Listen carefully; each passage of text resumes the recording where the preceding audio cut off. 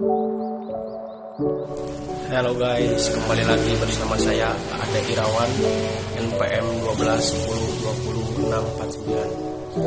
1210200649 dari kelas 2I Manajemen Pemasaran Universitas Swadaya Gunung Jati, Cirebon. Di sini saya akan menjelaskan materi 9 tentang learning organization. Learning organization atau organisasi pembelajaran. Apa sih learning organization atau organisasi pembelajaran itu?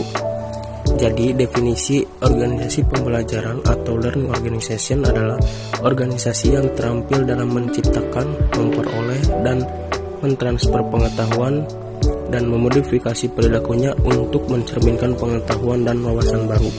Adapun definisi learning organization menurut para ahli. Menurut George P. Huber menambahkan bahwa organisasi pembelajaran adalah sebuah entitas belajar yang memproses informasi sehingga dapat mengubah perilaku individu menjadi lebih baik.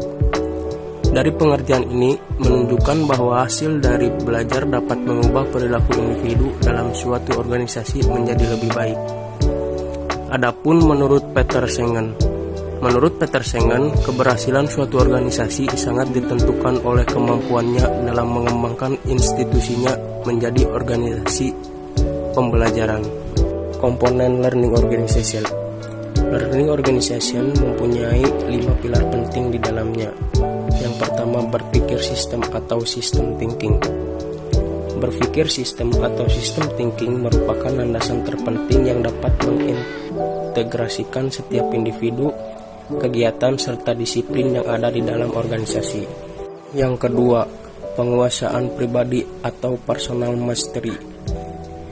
Dengan disiplin penguasaan pribadi berarti individu di dalam organisasi terus memfokuskan diri untuk meningkatkan kemampuan dan kapabilitas diri dengan belajar dan memfokuskan energi untuk terus-menerus memperdalam visi pribadi. Disiplin ini sangat diperlukan karena untuk tetap dapat bersaing di era global, perusahaan harus memiliki anggota yang memiliki kompetensi yang tinggi. Yang ketiga, pola mental atau mental model. Mental model merupakan suatu disiplin yang menggambarkan proses penilaian pribadi berdasarkan asumsi dan generalisasi yang ditangkap dapat mempengaruhi individu dalam melakukan sebuah tindakan dan pengambilan keputusan. Yang keempat, visi bersama atau shared vision. Disiplin ini menggambarkan begitu besar dan pentingnya peranan seseorang pemimpin sebagai penentu arah organisasi. Membagi tujuan organisasi dengan cara mengkomunikasikannya kepada seluruh anggota organisasi yang ada di dalamnya adalah tugas penting pemimpin. Karena dengan mengkomunikasi visi organisasi, pemimpin sudah menumbuhkan kesadaran jangka panjang para anggota organisasi untuk terus maju dan berkembang. Dan yang kelima ialah belajar beregu atau team learning. Dengan adanya proses pembelajaran secara bersama-sama, organisasi telah mempererat ikatan bagi seluruh anggota di dalamnya dengan melakukan dialog dan mentransfer ilmu yang dimiliki secara perorangan. Dan dengan adanya dialog tersebut, para anggota dapat terus meningkatkan kompetensinya masing-masing. Ciri-ciri learning organization.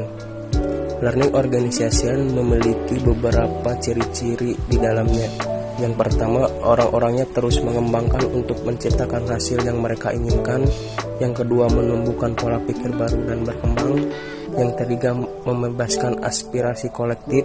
Dan yang keempat, orang-orangnya terus-menerus belajar melihat keseluruhan sistem secara bersama. Strategi learning in organization. Yang pertama, menciptakan kesempatan untuk belajar berkelanjutan. Yang kedua, meningkatkan dialog dan penemuan inovatif.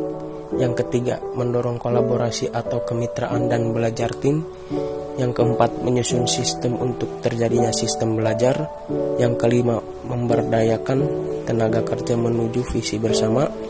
Yang keenam, membuka hubungan organisasi dengan lingkungannya. Karakteristik learning organization. Padler mengatakan bahwa karakteristik learning organization yang menonjol adalah: yang pertama, memiliki iklim di mana setiap anggota didorong untuk senantiasa belajar dan mengembangkan seluruh potensi mereka. Yang kedua, memperluas budaya belajar agar diadopsi juga oleh pelanggan, pemasok, dan stakeholder lainnya yang signifikan bagi organisasi. Dan yang ketiga, menjadikan strategi pengembangan sumber daya manusia sebagai pusat kebijakan bisnis. Dan yang terakhir ada manfaat learning organization. Manfaat learning organization dapat membantu para manajer dalam proses pengambilan keputusan manajemen, khususnya membuat keputusan-keputusan yang tidak terprogram secara lebih kreatif. Terima kasih telah menonton dan jangan lupa like, komen, dan subscribe. Wabillahi taufiq walhidayah. Wassalamualaikum warahmatullahi wabarakatuh.